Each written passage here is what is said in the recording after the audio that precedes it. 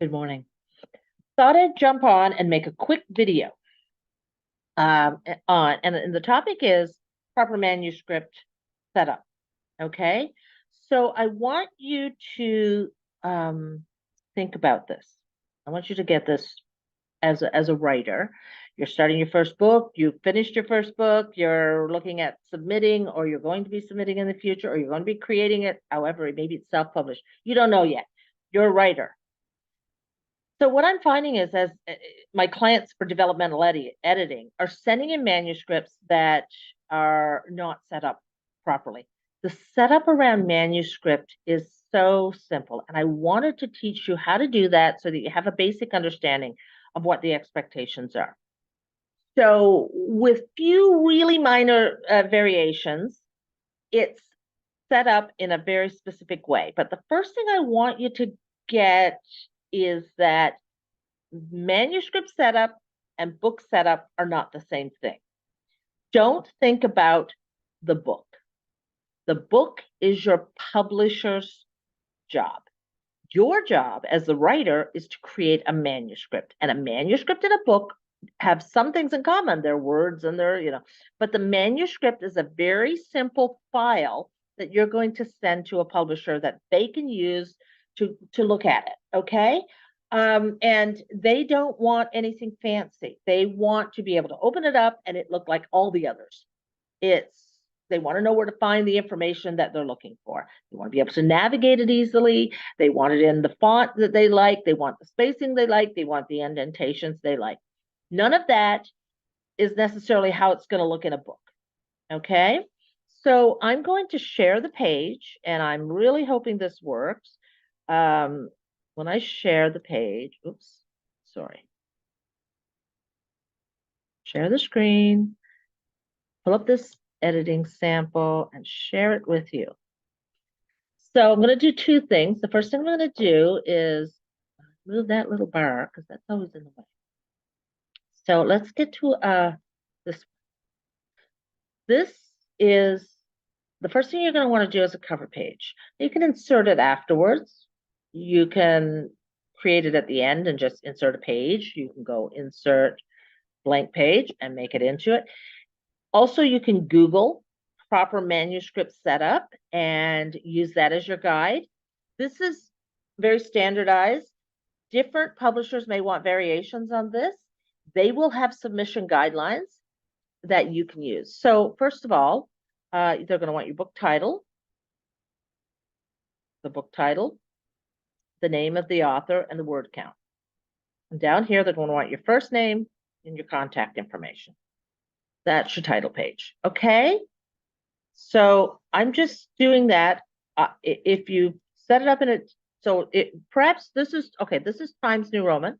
Maybe your publisher's submission guideline says they want Arial. Well, we'll go there. We'll just change it. Okay. Maybe they want 11-point font. I don't know. There, we'll change it there. Times New Roman 12. This is basic stuff on Word. You guys know this, right?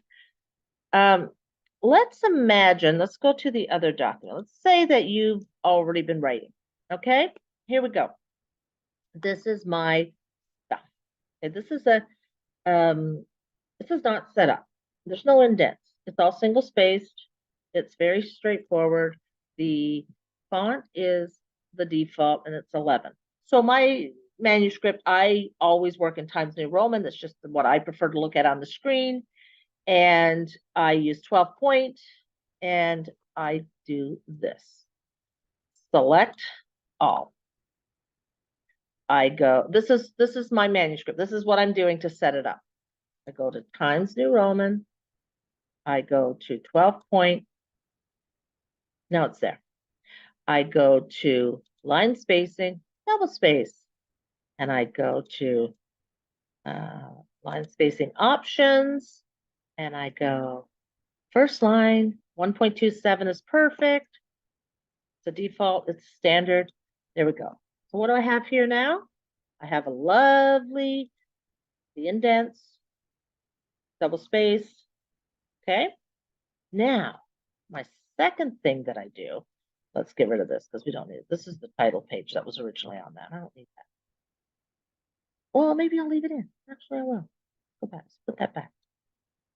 So first thing I'm going to do here is insert page break because I want that to be a separate page, right? Chapter 1. Now I'm going to do my headings. So we're going to go to the Home tab. Go to Chapter 1, Heading 1. Now you notice that's blue and it's not, it's not the same font. So I'm going to go here. I'm going to change that to Times New Roman. I'm going to make that a 12. And I'm going to center it because I like mine centered. I'm probably going to bold it. Don't have to. And I'm going to make it black. Okay. There. Now, let's do chapter 2. So we're going to go down here. We're going to find scroll forever. Scroll. Where the heck? Oh, it's going to take forever. Oh my God. Imagine now you're editing or you're working on your thing and you have to find chapter 2. And what a pain that is. That heading 1. I'm going to change that to Times New Roman 12. I know this because this is what I do all the time. I'm going to center it and I'm going to make it black. There we go. Done 2 chapters. Now here's where it becomes really useful. Go into View and click on Navigation pane. Look, there's chapter 1. There's chapter 2. So instead of doing all of this, where's chapter 3? I can't find chapter 3. Oh dear, chapter 3. So it's taken me, oh, there it is. Okay, so chapter 3. We're going to go Home, Heading 1, Center, Bold, Times, 12, make black. Put that little ribbon up there. So now instead of all that scrolling, there's chapter 1, there's chapter 3, there's chapter 2, there's chapter 3, there's chapter 1. So fast. Your publisher will love this. They're going to look for this, they're going to see this, and they're going to go. So imagine your publisher wants to read the whole manuscript, but they're not going to read the whole book. They're going to look and see if, let's see what I can find here. Let's go up to the middle somewhere. Okay, they want to look and see if your writing is, it's good all through. I'm going to go, how many chapters do I have in this one? Maybe I only have 4.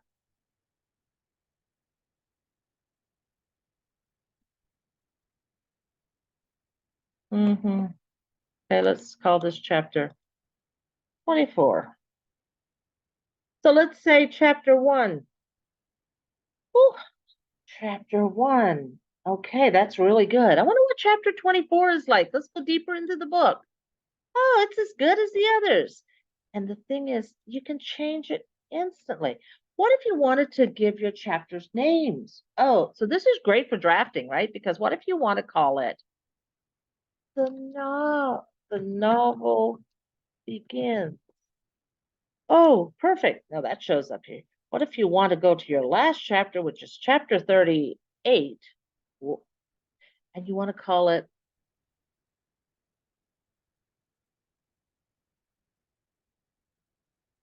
End of.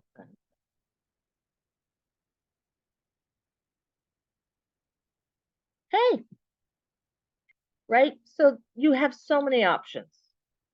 Um, Also, let's have a look at it now. If we make it smaller, we can kind of see.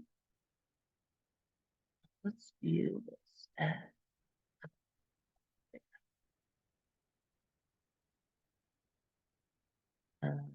View the pages.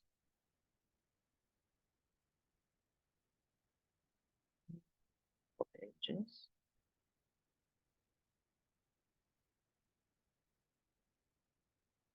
Print layout. You can see what it looks like if you were to print it. Very rarely now do we have, side to side. You can take a look. But what I really like about this is that you can actually, This is read mode, right? So you have lots and lots of ways to view your manuscript. But the main thing here is that you have a nice, standardized, double-spaced, lovely, lovely manuscript that your publishers send it. This is it. This is all you need. Cover page and a manuscript. If you want, once you have all those headings in place, when everything is set up and you have heading 1, you can actually insert a table of contents. I don't know how to do that. Layout, maybe. I don't do that because I write fiction. Table of contents right here. Table of contents. Let's do this one. And now you have a table of contents. I inserted it in the wrong place, so I'm going to take it out. Go back. All right.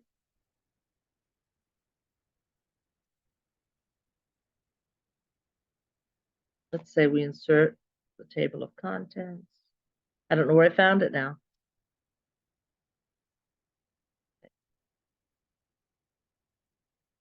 Gosh, why can't I remember where I saw that now?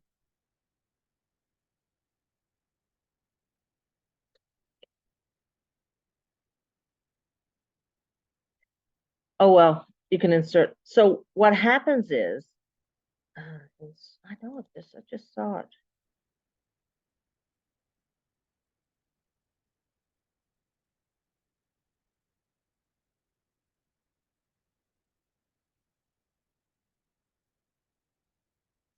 All right, I'm going to get rid of that.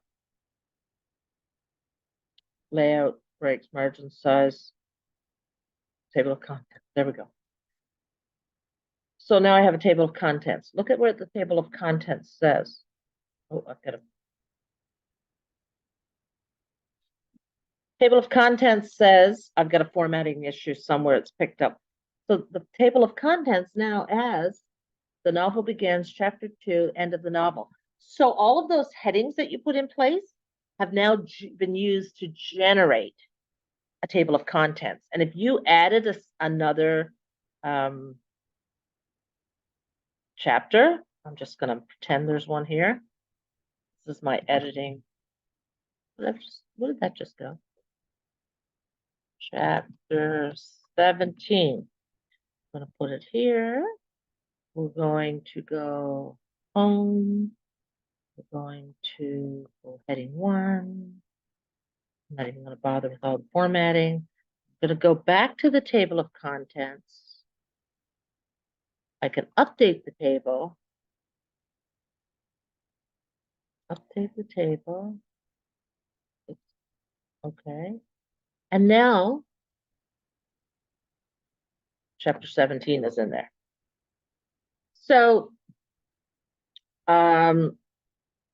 I didn't format it, so you can see that. But if I did, it would look like that, look like that, look like that. So these are all ways that you can set up your manuscript. You don't need a table of contents for a fiction. You only need a table of contents for a nonfiction. And when you're submitting to nonfiction, it's a different process. Your table of contents wouldn't necessarily be in the manuscript, but you could use the manuscript to generate it. But by putting the headings in, the heading 1 is what it picks up. So yeah, that's it. I don't know if that's helped. I don't know if you're more confused than ever. You can always ask me. Please make your manuscripts simple, make them straightforward, make them consistent. It looks so nice. Do this when you have a good draft. Once you have a good draft, I do it from the outset. I go along, I make sure all my new chapters have heading 1 right out of the gate. The first thing I do, I go chapter 3, select it, heading 1, do all the formatting, and I go, because then you can switch things around, you can move things so much easier, and then you can just straighten it up afterwards and use that navigation pane, go back and forth. And at the end, you will have this lovely cover page chapter 1, prologue if you use one, and all the way through, and it'll look lovely. Margins will be right, the indentation will be right, and you won't have any issues. Use that, make sure that's what goes to your publisher and your editor. If you use editors, proofreaders, do that. It will save you money. I get manuscripts all the time that don't have proper setup. I set them up, maybe takes me an hour. I charge money for my work. So that's not something you want me to be paying me for. It's really below my pay grade in a sense, right? Because it's such a simplistic thing that you could do it yourself and you can take care of that and not have to pay someone to do that. It's very easy. Just remember, when you're getting ready to submit, you only need a manuscript. You do not need a cover, pictures, or any of that. You need to have it available if the publisher asks for it, and tell them in a query letter that it's ready. But you're just going to send the manuscript as it is, and that's what it should look like. I do advise you to look on each individual manuscript submission guidelines. If they want Arial, select it and change it all to Arial. If they want times, they want 11 points instead of 12, if they want 14 instead of 12, 1.5 space instead of double. Like, you want to look at all those things, but generally that'll work for nearly everybody, and that's a good starting point. And then you can fix things accordingly. Anyway, that's it. So I hope it helps. I hope some people see this and get some guidance from it, and it helps you maybe in the future. Anyway, that's what I wanted to do this morning. Happy to do it and enjoy your day.